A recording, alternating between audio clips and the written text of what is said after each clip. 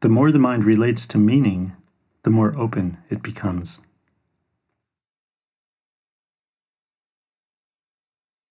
What we think of as the mind is just the periphery of the mind, but that's not your mind. That's the mind of mass consciousness. That's the mind that's been conditioned by education, by the outside world.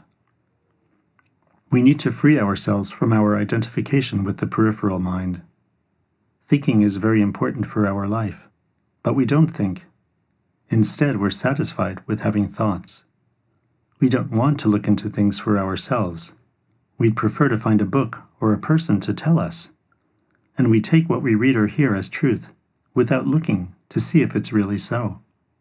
What we don't verify for ourselves has no real value for us.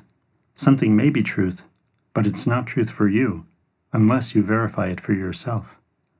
Before you agree to let someone live in your house, look at how carefully you consider, how you try to look at the situation from every angle to see if that's right. But the things we put in our mind, we don't investigate at all. We don't even ask ourselves, do I want to put that idea in my mind?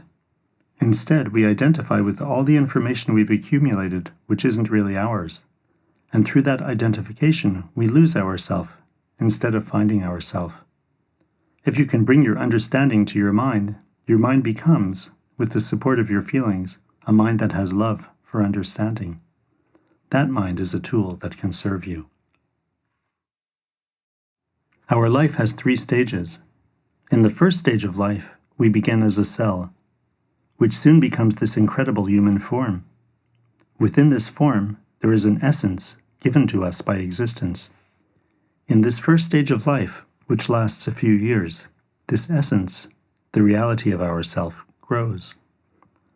The second stage of life begins as our essence begins to be covered over by what we learn.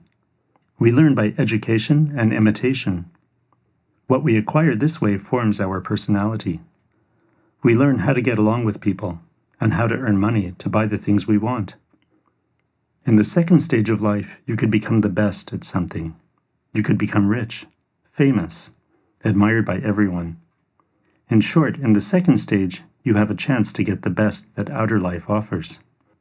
Instead of being yourself, you try to be something you are not. You learn to behave according to the social standard. You become an imaginary person, imagining you are someone you are not. And your life becomes a series of interactions with other people who also imagine they are someone they are not, without any connection to reality.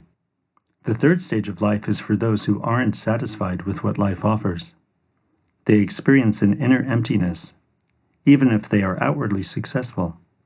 They somehow feel the meaninglessness of things. Those who wish to find meaning may come to the third stage of life. The second stage is about becoming better and better, greater and greater, until you reach the top. But in the third stage of life, you become less and less, until you taste your own nothingness.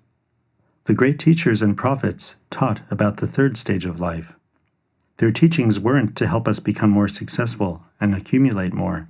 They were to help us really become human, to help us transform ourselves from unconscious creatures into human beings, and then into perfected human beings. This is the real meaning of alchemy. It begins with self-study. To do that, you have to become familiar with what you want to study. You have to look. If you look, you see that one part of you thinks, one part feels, and another part moves. By observing, you can see that your mind, feelings, and body are never in harmony.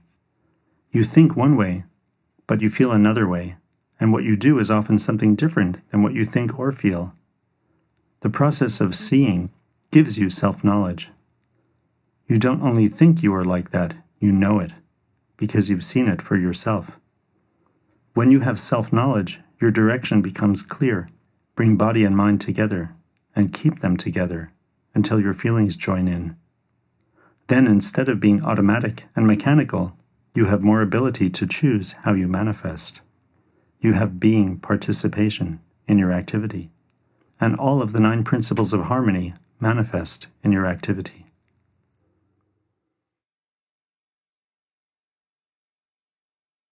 You can look at yourself as having 2 different aspects.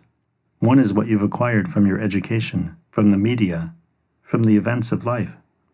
The other is your connection to the source of your existence. If you ask yourself, "What am I?" you can't answer, "I am John" or Joan, because that's just a name you were given. You can't say, "I'm a person who is married and has children," because that's the story of your life. Then what are you? Your mind can't tell you. You have to go to the innermost part of the mind. That part is connected to the innermost aspect of the feelings, and to the innermost aspect of the body. These three, the essential mind, essential feelings, essential body, are united. Together they form something real, your I. That's not the I you refer to all day when you say, "I went there, I brought groceries, I like that song," etc. In all of those, you don't know who you're referring to. The union of your three essential aspects is needed for the I to be real. That I is real because it's in the conscious dimension. When these three come together, you have a moment of insight. That's the beginning of your real I.